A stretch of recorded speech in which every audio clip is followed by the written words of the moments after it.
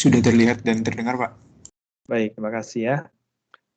Saya mulai rekam kuliah hari ini.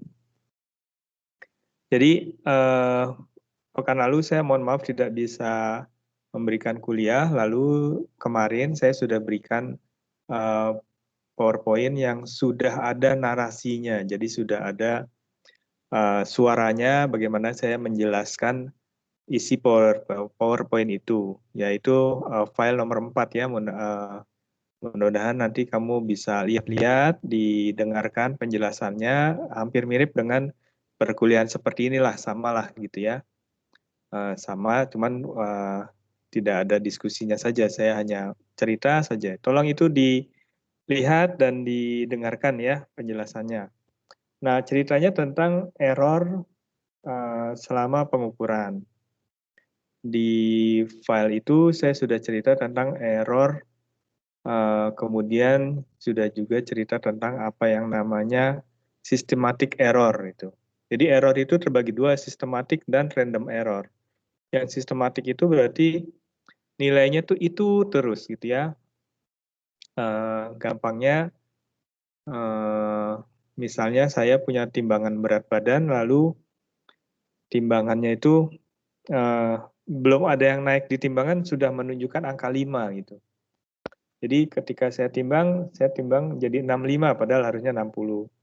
Ada orang lain timbang harusnya terbacanya 75 padahal 70 gitu. Jadi setiap pengukuran pasti bergeser 5. Sehingga itu ada error yang sistematik. Kemudian bilangnya systematic error. Nah, itu akan mempengaruhi akurasi tapi tidak mempengaruhi presisi gitu ya.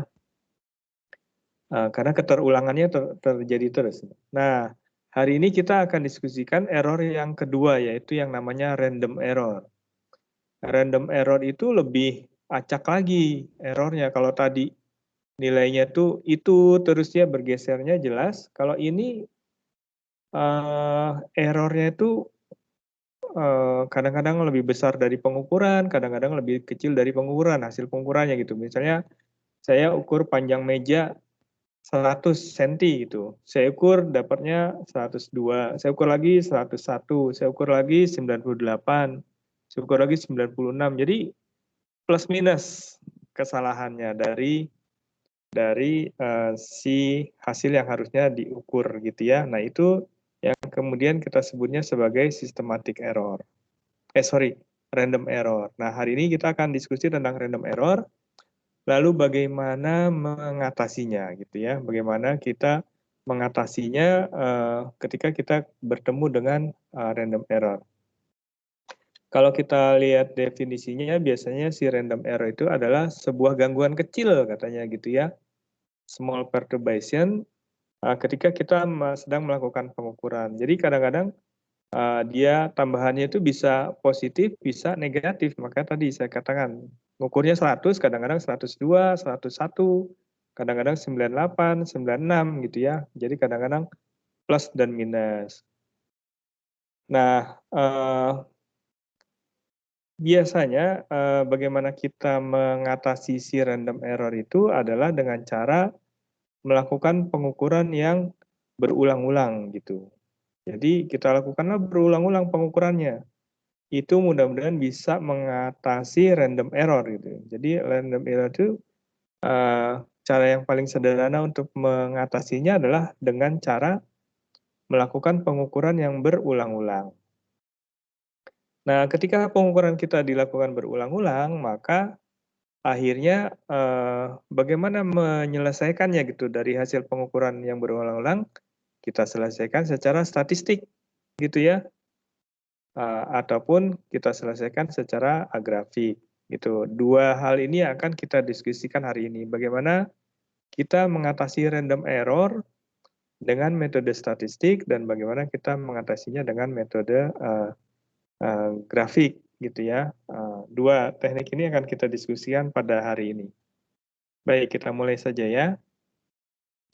Yang pertama statistik gitu. Ketika saya bicara statistik, maka kamu akan kenal dua nilai, yang satunya mean, yang satu median. Jadi yang satu nilai rata-rata, yang satunya lagi nilai tengah gitu ya. Mudah-mudahan ini bisa dibedakan. Walaupun pada pengukuran tertentu ya, pengukuran yang baik, harusnya nilai antara min dan median itu sama gitu ya, mendekatilah gitu ya. Nah, kita akan lihat detailnya nih bagaimana min dan median berpengaruh pada random error. Jadi kita kenal min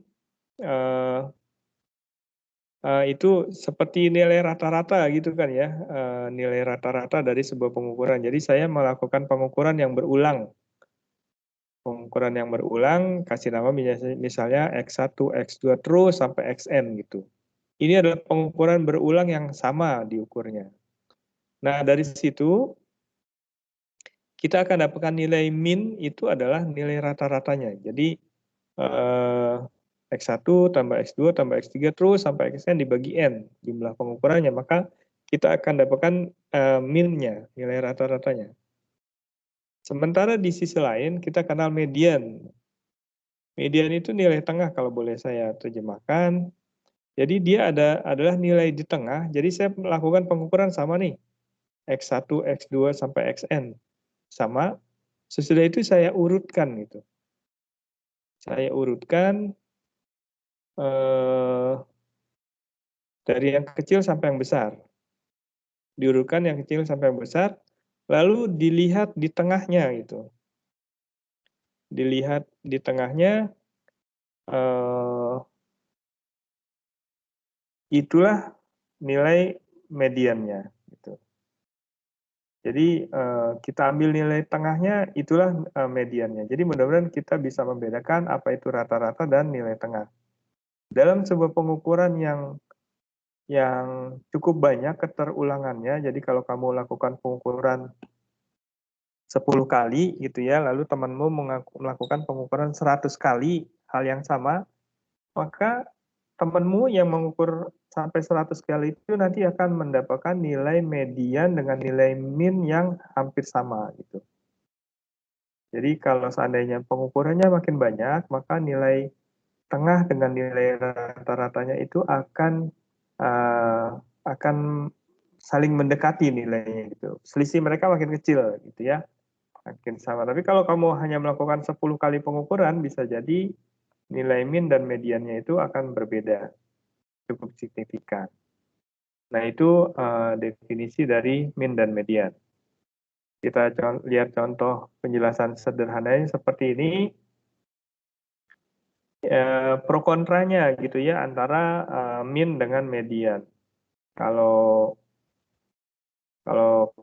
kita lihat min gitu ya. Min itu kan tadi rata-rata. Jadi saya misalnya melakukan pengukuran ini 3, 8 dan 4. Maka minnya berapa? Minnya ya saya rata-ratakan gitu.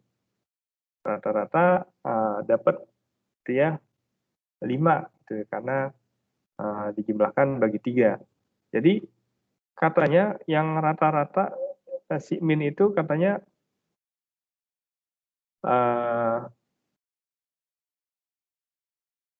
mudah untuk dikombinasikan gitu ya, karena kita tinggal jumlahkan saja hasil pengukuran saya. Kemudian menghitungnya pun sederhana ya, jumlah bagi gitu. Kemudian kontranya adalah kadang-kadang nih gitu ya, kadang-kadang nilai itu diganggu oleh nilai yang jauh dari nilai pengukuran gitu. Misalnya tadi itu saya mengukur panjang meja yang kira-kira 100, jadi ukurnya 102, 103, 98, 97. Tiba-tiba ada pengukuran yang 120 misalnya gitu. Nah, itu kan saya bilangnya outlier gitu ya. Hasil pengukuran yang jauh dari dekat-dekatnya. Nah, kalau seandainya kita menggunakan metode min, maka si 120 itu akan mengganggu hasil pengukuran tentu saja, ya. Si 120 itu akan mengganggu hasil rata-ratanya. Itulah tidak baiknya gitu ya. Jadi tidak baiknya dari min seandainya kita punya data-data yang di luar atau data-data yang jauh sekali hasilnya dari yang lain gitu. Kalau ketemu begitu saya buang, bisa jadi itu salah gitu ya. Kecuali berulang lagi, mesti dicek tuh kalau berulang. Tapi kalau hanya sekali saja ada data yang beda sendiri, buang saja gitu ya, karena itu sangat mengganggu. Sementara median, keuntungannya dia bisa mengatasi si outlier tadi, si nilai yang pengukurannya jauh lebih besar misalnya dari yang lainnya itu ternyata ketika kita menggunakan metode median untuk mencari hasil pengukuran bisa diatasi tuh gangguan itu ya. Karena itu tadi saya kan nggak pakai, saya pakainya nilai tengahnya kok gitu. Cuman problemnya adalah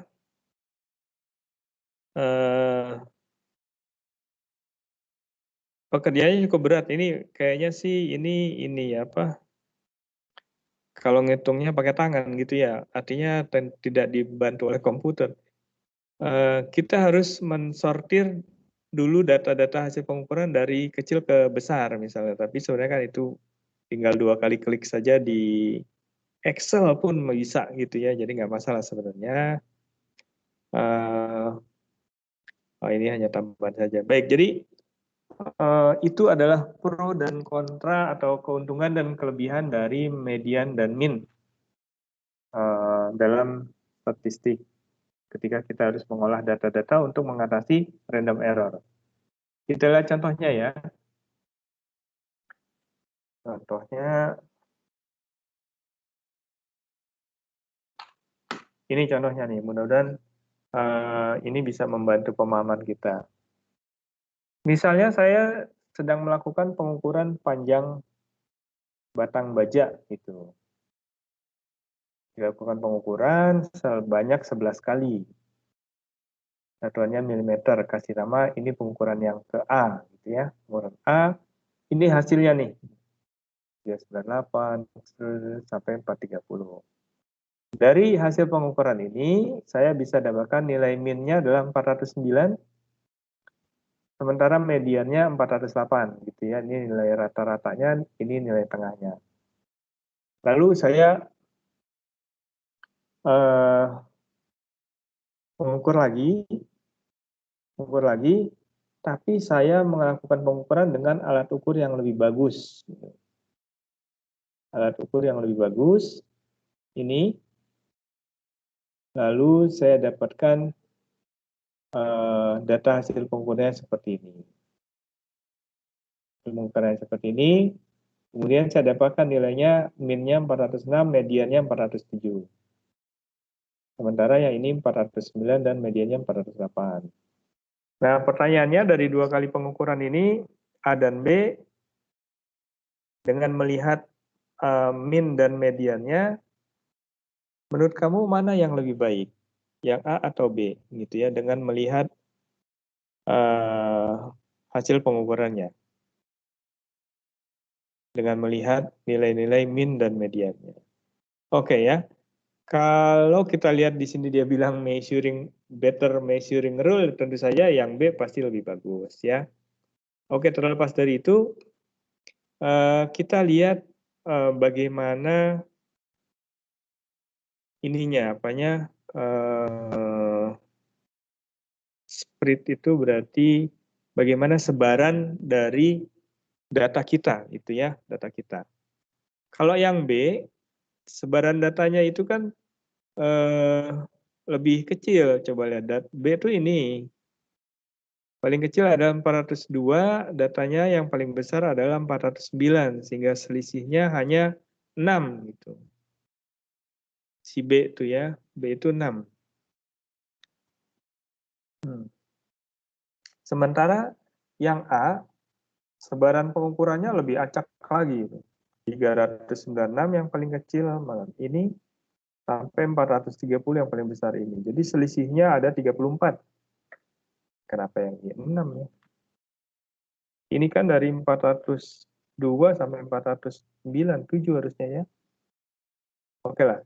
Tapi di sini terlihat bahwa pengukuran yang B itu memiliki sebaran yang lebih kecil. Sementara yang A itu sebarannya lebih besar, sehingga saya boleh katakan yang B lebih baik.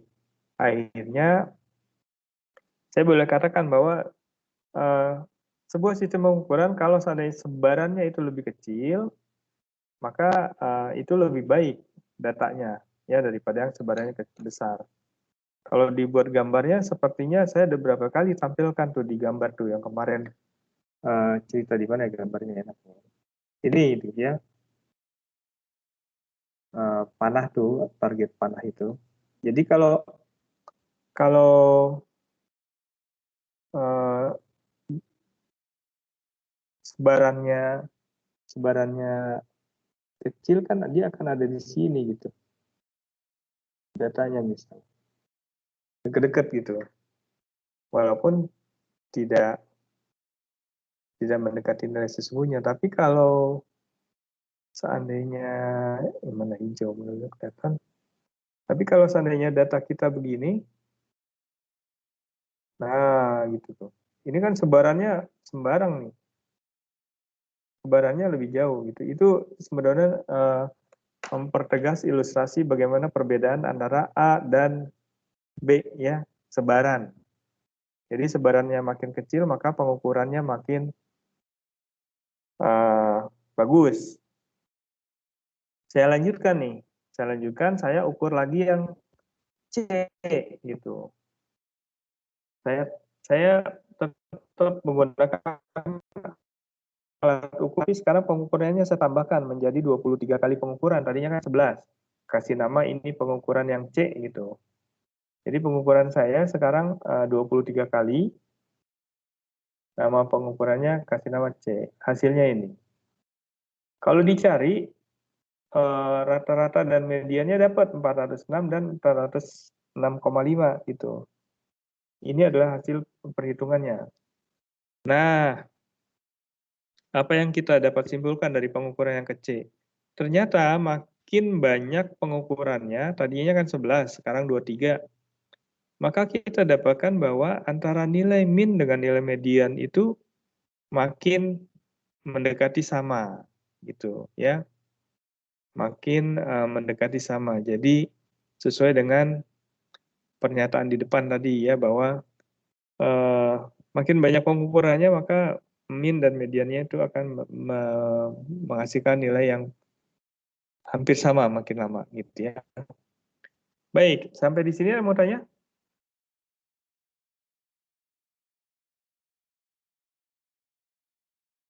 Tidak ada ya? Nggak masalah nih, kamu udah sering melakukan ini kok. Ya. Mudah-mudahan nanti ketika skripsi kamu dapatkan pengukuran seperti ini, maka ditanya pengujinya itu errornya error apa gitu ya. Kamu bisa tahu ini errornya adalah error random. Baik, kita lanjutkan. Tadi kita sudah punya besaran namanya spread gitu ya, si sebarannya gitu. Sebarannya makin kecil maka pengukuran kita makin bagus. Tapi tidak puas sampai di situ saja gitu ya. Tidak puas sampai di situ saja ketika kita bicara sebaran bahwa sebaran yang kecil itu menunjukkan pengukurannya. Saya ingin lebih dari itu gitu. Ingin lebih dari itu jangan menggunakan sebaran, tapi kita menggunakan besaran yang namanya varians atau yang sering kita kenal adalah menggunakan besaran yang namanya standar deviasi. Gitu ya, standar deviasi. Kamu udah jago nih kalau udah jadi asisten fisika dasar atau asisten. Nah, jadi kita punya perhitungan dari X1 sampai Xn gitu ya. Kemudian kita kan akan hitung selisihnya, D gitu. D itu selisih atau error antara hasil pengukuran dengan min-nya, dengan rata-ratanya. Jadi X1 dengan min dapat D1, X2 dengan min dapat D2. Jadi selisihnya masing-masing gitu ya, selisihnya masing-masing terhadap rata-rata. Kalau di data di kurva gitu ya, kamu mungkin pernah lihat error bar gitu ya, error bar kira-kira seperti itu jadinya. Jadi ini adalah field fitting, data kita di sini, nanti terus ada gitu ya, di sini, gitu.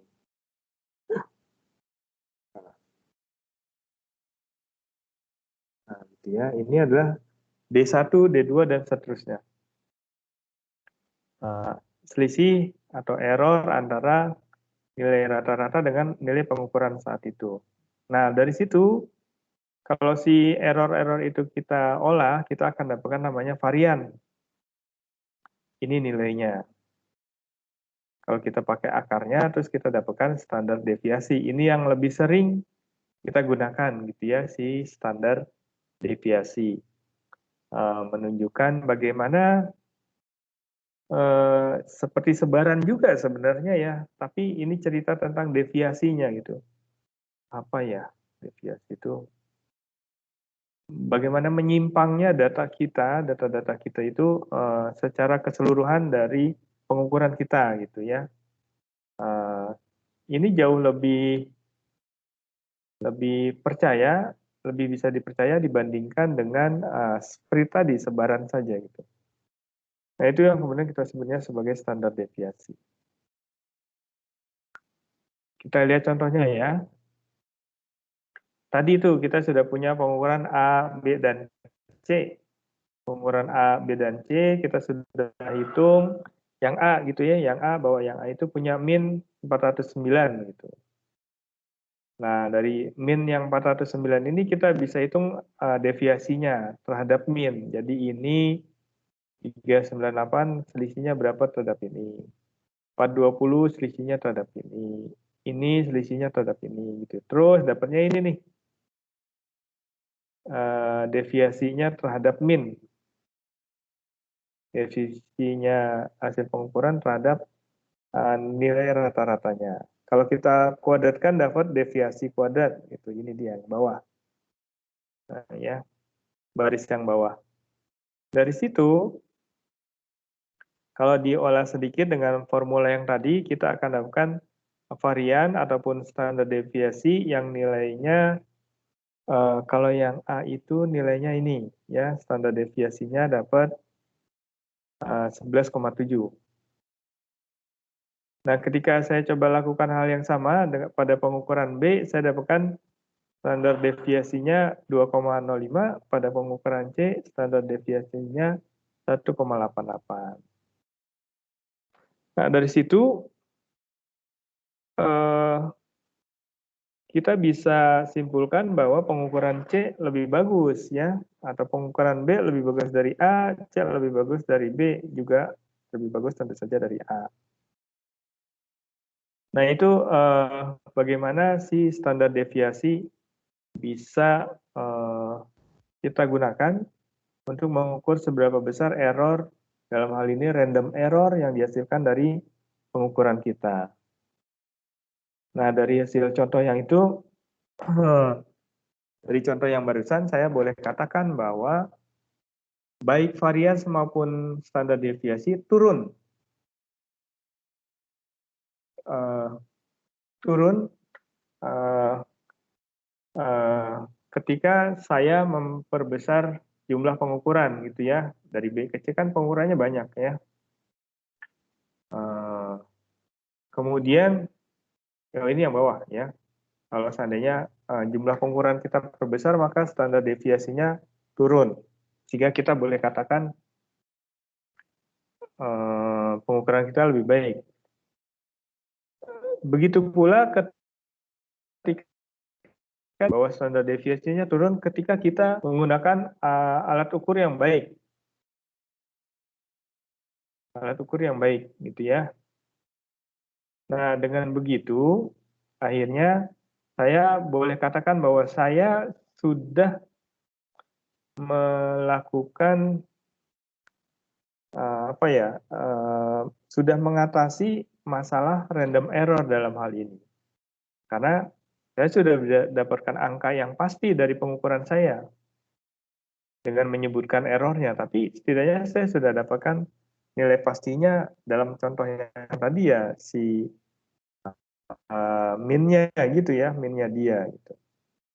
Jadi dengan mengolah secara statistika, random error kita bisa kita atasi.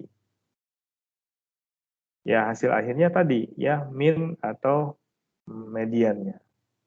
Baik, sampai di sini ada yang mau tanya sebelum saya lanjutkan?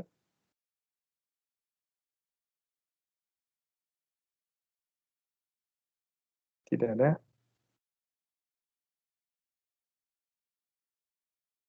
Kalau tidak ada, saya lanjutkan ya.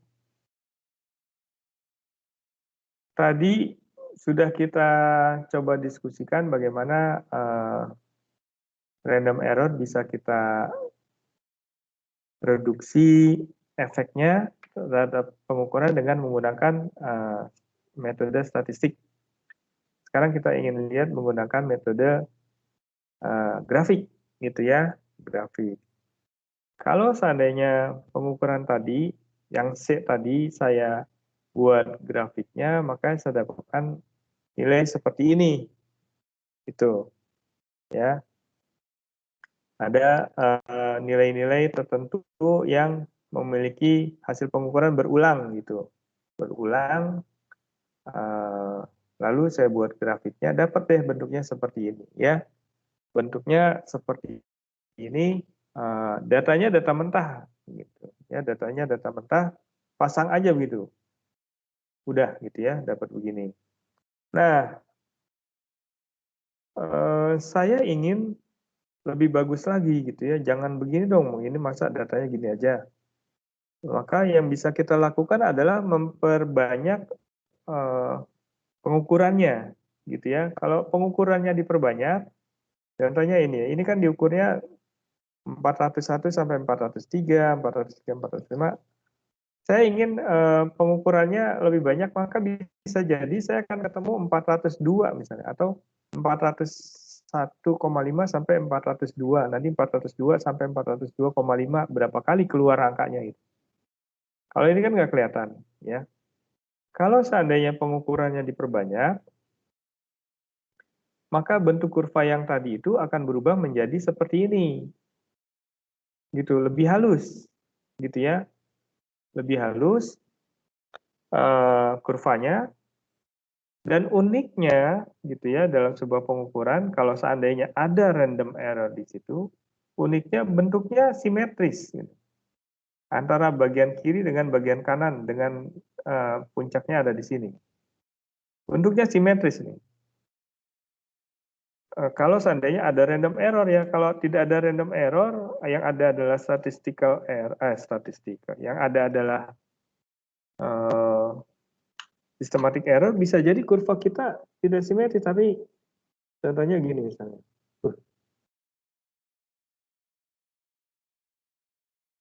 Contohnya misalnya begini jadi. Nah, ini kan nggak simetris gitu. Seandainya kamu ketemu pengukuran yang tidak simetris seperti ini, maka yakin sekali ini bukan random error nih gitu. Systematic error nih pasti nih. Ada kesalahan pengukuran yang melulu pada titik-titik itu gitu loh. Kalau random error harusnya simetris. Seperti ini ya. Nah, distribusi seperti ini nanti kemudian kita sebutnya sebagai Gaussian. Nah, besarnya peluang kita dapatkan nilai sesuai dengan nilai pengukuran. Jadi sumbu X-nya ini kan nilai pengukurannya, sementara sumbu Y-nya adalah peluang mendapatkan nilai itu kan itu. Nah, besarnya peluang untuk mendapatkan itu, sumbu Y-nya itu kemudian kita sebutnya sebagai probability density function.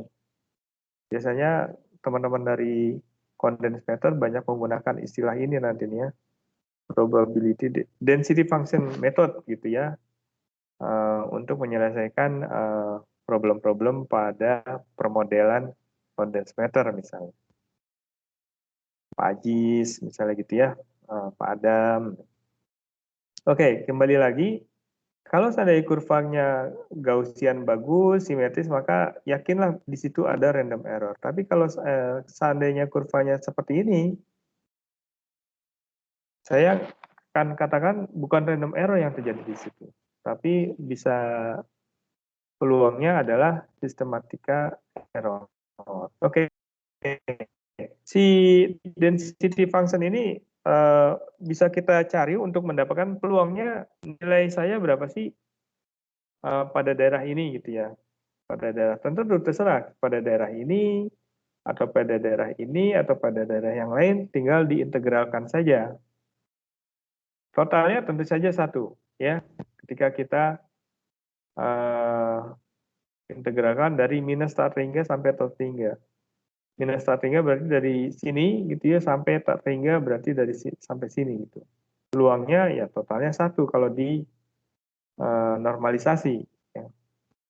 Nah, kita juga bisa menghitung berapa peluang pengukuran kita, error pengukuran kita pada daerah tertentu, misalnya pada daerah D1 dan D2 ya, integralkan saja dari D1 dan D2 ya. Atau kita bisa juga dapatkan kumulatif gitu ya. Kumulatif berarti nilai dari awal sampai titik itu. Ya kita integralkan nilai awalnya dari minus 3 sampai titik itu.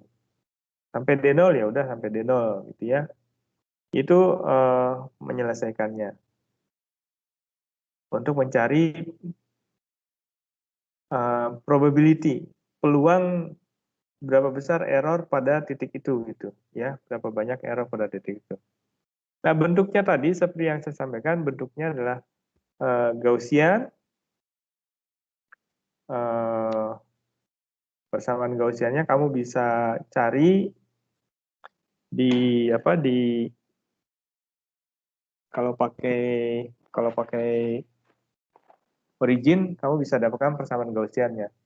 Nah, kalau kita kembali lagi ke bentuk Gaussiannya, sesungguhnya kan ini adalah nilai yang kita ukur gitu ya, mediannya, minnya boleh. Sementara ke sebelah sini adalah error-errornya gitu ya. Sebelah sini adalah error-errornya. Kamu bisa lihat kadang-kadang pengukurannya jauh dari nilai sesungguhnya. Kalau seandainya alat ukurnya bagus ya, tentu saja si Gaussiannya mungkin akan lebih tajam. Misalnya jadi begini. Nah, misalnya lebih gitu ya. Ini berarti alat ukur kita lebih bagus karena pengukuran yang jauh dari nilai sesungguhnya hampir dibilang kecil gitu ya, tidak ada. Lebih banyak hasil pengukuran itu dekat-dekat dari minnya. Jadi lebih bagus ya, lebih tajam, bisa jadi alat ukurmu lebih bagus. Yang jelek tuh kalau seandainya dia lebih gemuk ya, Gaussiannya gemuk. Jadi yang langsing itu lebih bagus. Kalau Gaussiannya gemuk, misalnya Gaussiannya saya pendekin aja, gambarnya biar gampang ya. Nah, gini nih. Nah, ini nggak bagus nih, gitu ya. Pengukurannya, wah, banyak yang menyimpang gitu. Itu bisa terjadi kalau seandainya alat ukurnya kurang baik. Ya, yang memang yang ditakutkan adalah kalau kurvanya tidak Gaussian ya. Itu errornya dari mana tuh gitu. Kalau tidak Gaussian, kurvanya misalnya gini, terus nah gitu. Nah ini nih ya. Jadi kok errornya lebih kecil terus dari rata-rata ya. Begitu mengukur rata-rata kok jadi bagus nih alat ukurnya gitu. Wah, jangan-jangan alat ukurnya eh, tidak apa ya, tidak terkalibrasi misalnya ya, sehingga yang terjadi adalah systematic error. Begitu kira-kira bagaimana kita bisa melihat fenomena error pada sebuah Nah, hasil pengukuran yang kalau kita lihat kurvanya membentuk misalnya kurva Gaussian. Kalau memberi nilai ke mahasiswa pada saat perkuliahan, kadang-kadang juga kurvanya dulu sih seringnya Gaussian gitu ya. Zaman saya kuliah tuh kurvanya Gaussian. Nggak tahu sekarang sepertinya sudah tidak Gaussian lagi gitu. Kamu merasakan nggak? Kuliah dulu tuh kurvanya tuh begini. Ini C-nya nih gitu.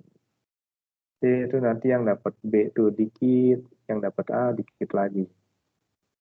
Yang tidak lulus ada, yang dapat E juga mungkin ada. Nah ini kurvanya Gaussian nih zaman dulu. Dulu kalau masih kelas. Sekarang saya lihat kok kayaknya cenderungnya tidak Gaussian ya. Perkuliahan nilainya, distribusi nilainya itu. Cenderung malah bentuknya begini kali ya. Nah gitu. Apanya? Ini Gaussian dong Pak kalau gini Pak. Menggeser. Nah gitulah, nggak Gaussian lah.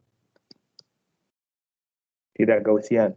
Jadi banyak yang lulus, banyak yang A dan B gitu ya sekarang. Mudah-mudahan begitu deh, memang membaik. Baik, sampai di sini ada mau nanya sebelum saya lanjutkan?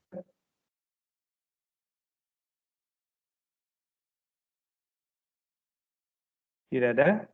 Oke. Kita sudah tahu systematic error, kita sudah tahu random error. Lalu kalau saya punya dua pengukuran, error dua-duanya ada, bagaimana saya menuliskannya, Pak? Itu. Ya. Saya lakukan dua pengukuran nih. Yang satu ternyata mengandung systematic error misalnya. Yang satunya lagi mengandung random error. Lalu bagaimana saya menyatakannya, Pak, itu? Jadi ini adalah pengukuran yang menghasilkan systematic error, ini adalah pengukuran yang menghasilkan random error gitu. Bagaimana menyatakannya? Maka yang kita kerjakan adalah errornya adalah dijumlahkan saja, gitu ya, dijumlahkan lalu dicari apanya nih ya, error totalnya, kombinasinya gitu ya. Total errornya itu adalah akar X kuadrat tambah Y kuadrat. Jadi error karena sistematik dan error karena random. Lalu kita akarkan. Oke, terlepas dari dia adalah sistematik ataupun random, kalau seandainya kamu punya dua pengukuran yang harus kamu jumlahkan dengan masing-masing punya error, maka kita bisa lakukan perhitungan sedikit untuk menentukan error yang baru. Begini ya. Jadi error in sum itu. Jadi saya punya sebuah pengukuran. Saya punya pengukuran yang sebenarnya adalah pengukuran ini, si S ini adalah total dari dua buah pengukuran yang berbeda. Jadi dua pengukuran yang berbeda Y dan Z gitu. Lalu saya ukur totalnya gitu ya. Berapa errornya gitu. Jadi saya ukur misalnya panjang dan tinggi gitu ya, panjang dan tinggi meja, panjang dan lebar lah gitu. Panjang dan lebar, saya ukur tuh berulang-ulang panjangnya berapa, dapat Y, ukur berulang-ulang lebarnya berapa, dapat Z. Lalu akhirnya antara Y dan Z tuh punya error, yaitu A, Y, dan BZ gitu. A dan B itu errornya gitu ya. Lalu yang diminta adalah, ditanya adalah berapa panjang sisi meja saya gitu. Oh berarti antara panjang dan lebar saya jumlahkan kan gitu. Saya jumlahkan lalu bagaimana menuliskan errornya gitu. Jadi kalau dijumlahkan, maka pengukuran saya bisa tulis begini kan ya. Ini pengukuran pertama, ini pengukuran kedua. Dengan errornya masing-masing saya jumlahkan. Saya juga akan dapatkan nilai minimum dari penjumlahan dia karena error ya. Error itu berarti Y-nya bisa plus minus AY. Oh Y itulah Y-nya plus AY. Z-nya pun begitu. Z itu bisa plus minus BZ. Yaudah diambil plusnya. Yang paling jauh adalah minusnya kan gitu. Antara maksimum dan minimum itu selisihnya ya antara plus dan minus. Jadi minimumnya ya ketika Y-nya minus AY, Z-nya minus BZ. Jadi kalau ditulis total, saya dapatkan hasil pengukuran seperti ini. Y plus Z plus minus AY BZ. Nah, tapi ngelihatnya kok lucu ya begini ya gitu. Lihatnya kok kayaknya nggak kurang baik gitu, dilihatnya kurang enak gitu. Lalu kemudian digunakanlah sebuah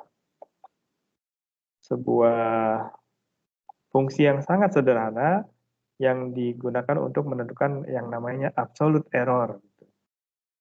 Absolute error yang nilainya adalah AY kuadrat tambah BZ kuadrat. Sehingga akhirnya hasil pengukuran saya boleh tuliskan dalam bentuk ini. Hasil pengukuran akhirnya adalah Y plus Z plus minus E. Yang dalam hal ini adalah absolute error yang nilainya ini. Gitu ya. Itu error yang harus dijumlahkan. Gampang deh ya. Yang harus dijumlahkan. Sekarang contohnya nih. Saya punya resistor 550 ohm. Sorry, saya butuh resistor 550 ohm. Saya punya dua resistor. Saya punya dua resistor, 220 dan 330. Wah, pas nih kalau jumlahkan 550. Masing-masing punya toleransi 2%. Systematic error ya, toleransi, bukan random error. Lalu bagaimana saya harus menuliskan 550 ohm toleransinya gitu. Jadi errornya, total errornya tadi ya, total errornya adalah ini tadi AY kuadrat tambah BZ kuadrat gitu. Jadi kalau ditulis AY kuadrat, ini dia. Jadi A-nya tuh errornya adalah 2% dikali Y-nya 220. Lalu yang 330 juga 2% dikali 330. Dapat ini. Sehingga saya boleh tuliskan total resistan saya sekarang menjadi 550 plus minus 7,93 ohm. Dapat dari sini tadi ya errornya. Dalam ohm. Kalau seandainya ingin kita nyatakan dalam persen, maka bisa dituliskan sebagai 550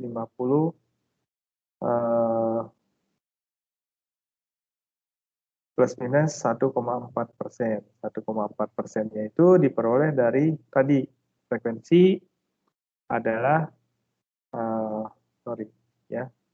bukan frekuensi. F itu adalah errornya dibagi Y plus Z, pengukuran total. Di sini saya punya errornya ini Y plus Z. Y plus Z-nya itu adalah bukan 50 ya, 500 ya harusnya. Ya kan? Ini 50, 550 gitu. Oke, akhirnya saya dapatkan ini. Lebih kecil ya, errornya. Sorry, toleransinya. Jadi lebih bagus. Baik, itu kalau seandainya kita punya pengukuran yang harus dijumlahkan dan memperhatikan error yang nanti jadi pertimbangan pada saat menuliskan hasil akhir. Setelah contohnya. Kalau yang dikurangi gimana Pak? Hampir sama lah gitu ya. Error in different. Sama saja saya punya dua pengukuran Y dan Z. Lalu ada errornya AY dan BZ. Lalu saya punya pengukuran total S yang sebenarnya adalah pengurangan antara Y dan Z ini. Maka saya bisa tulis Y minus Z plus minus E-nya. Errornya sama tadi total errornya ya. Akar AY kuadrat tambah BZ kuadrat. Contohnya ini. Contohnya saya ingin menghitung beda tegangan. Beda tekanan ya, beda tekanan dengan menggunakan alat ukur nih yang namanya pipa orifice gitu ya, beda tekanan tuh. Lalu didapatkan selisih tekanannya adalah 10 dan 9,5 bar dengan errornya dari alat ukur itu 0,1%. Maka kamu bisa hitung berapa total absolutnya, error absolutnya ini, sehingga kita bisa tuliskan errornya adalah 0,5 plus minus 0,0138 gitu ya, untuk mencari errornya.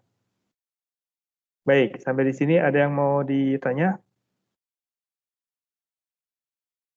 Ada yang menarik nih, ya, yang menarik adalah kalau seandainya kita jumlahkan, contoh yang tadi, errornya kan awalnya 2%. Kalau kita jumlahkan ini dengan ini, maka hasil akhir errornya jadi 1,4%. Toleransinya, berarti errornya lebih kecil kan gitu. Lebih bagus ya. Tapi untuk yang hasilnya pengurangan, jadi lebih besar loh. Ini kan 0,1%. Ini jadi 2,7%. Naik nih. Ya. Errornya. Jadi, kamu bisa cek lagi nanti pada pengukuran-pengukuran yang lain, ternyata kalau seandainya pengukuran kita sifatnya itu dijumlahkan, ternyata errornya jadi lebih kecil, sementara kalau sifat pengukuran kita mengurangi, ternyata errornya malah jadi lebih besar ya, gitu. Itu satu kejadian yang menarik untuk kita diskusikan sebenarnya. Jumlahkan sudah, dikurangi sudah, bisa jadi kita ketemu error yang dikali, gitu ya. Dalam pengukurannya kamu harus mengalikan. Sama ya, saya punya dua pengukuran, Y dan Z, lalu saya hasil akhirnya adalah P, Y dikali Z. Saya ukur panjang, lebar, saya ingin cari berapa luasnya gitu. Panjangnya Y, lebarnya Z, berapa luasnya? Luasnya Y kali Z. Tapi Y dan Z punya error masing-masing AY dan BZ. Maka errornya itu hasil pengukuran saya bisa maksimum ketika saya ambil positif semua, bisa minimum ketika saya ambil negatif semua. Rumit nih bacanya gitu ya. Sudahlah kita pakai apa yang namanya absolute error tadi. Akar A kuadrat tambah B kuadrat. Nah, dari situ kita dapatkan berapa errornya. Contohnya ya, saya ingin mengukur daya gitu, sebuah rangkaian. Daya itu adalah tegangan kali arus kan gitu. Daya itu adalah tegangan kali arus. Misalnya errornya tegangan itu 1%, errornya arus 2%. Maka saya bisa menghitung berapa absolute errornya dengan menggunakan rumus ini. 1% dan 2%, masukkan saja ke situ. Saya dapatkan error yang baru itu nilainya 2,2% untuk mencari daya listrik misalnya ya. Nah itu contohnya. Jadi kita sudah bisa menyelesaikan error pada random error, sudah kita bisa atasi dengan menggunakan metode statistika. Lalu error-error itu tadi pada saat pengukurannya bisa juga dikombinasikan dengan dijumlahkan, dikali maupun dikurangi gitu ya, sehingga kita dapatkan nilai error yang baru dari hasil pengukuran-pengukuran tadi. Baik, sampai di sini ada yang mau tanya?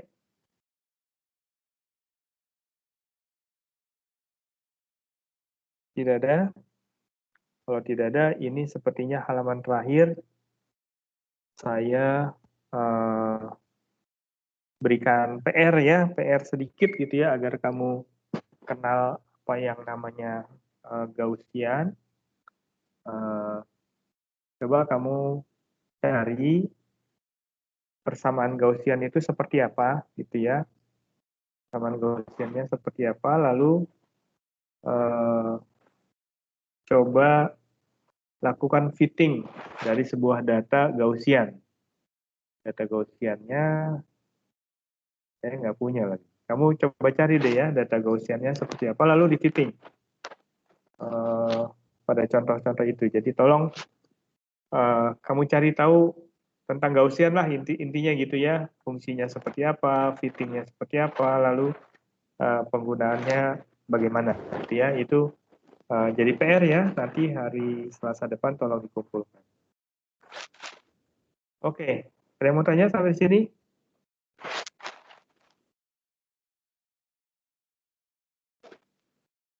Tidak ada?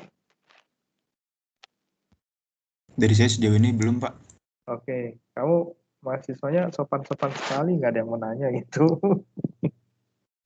Iya deh, nggak apa-apa ya. Sopan-sopan, malu-malu. Oke, kalau tidak ada yang tanya, saya cukupkan saja kuliah hari ini. Pesan saya yang tadi ya, yang file yang nomor 4 dibaca ya, sehingga komplit nih pemahaman tentang errornya. Karena hari ini kita hanya bicara random error, sementara yang systematic errornya yang file yang nomor 4 ya.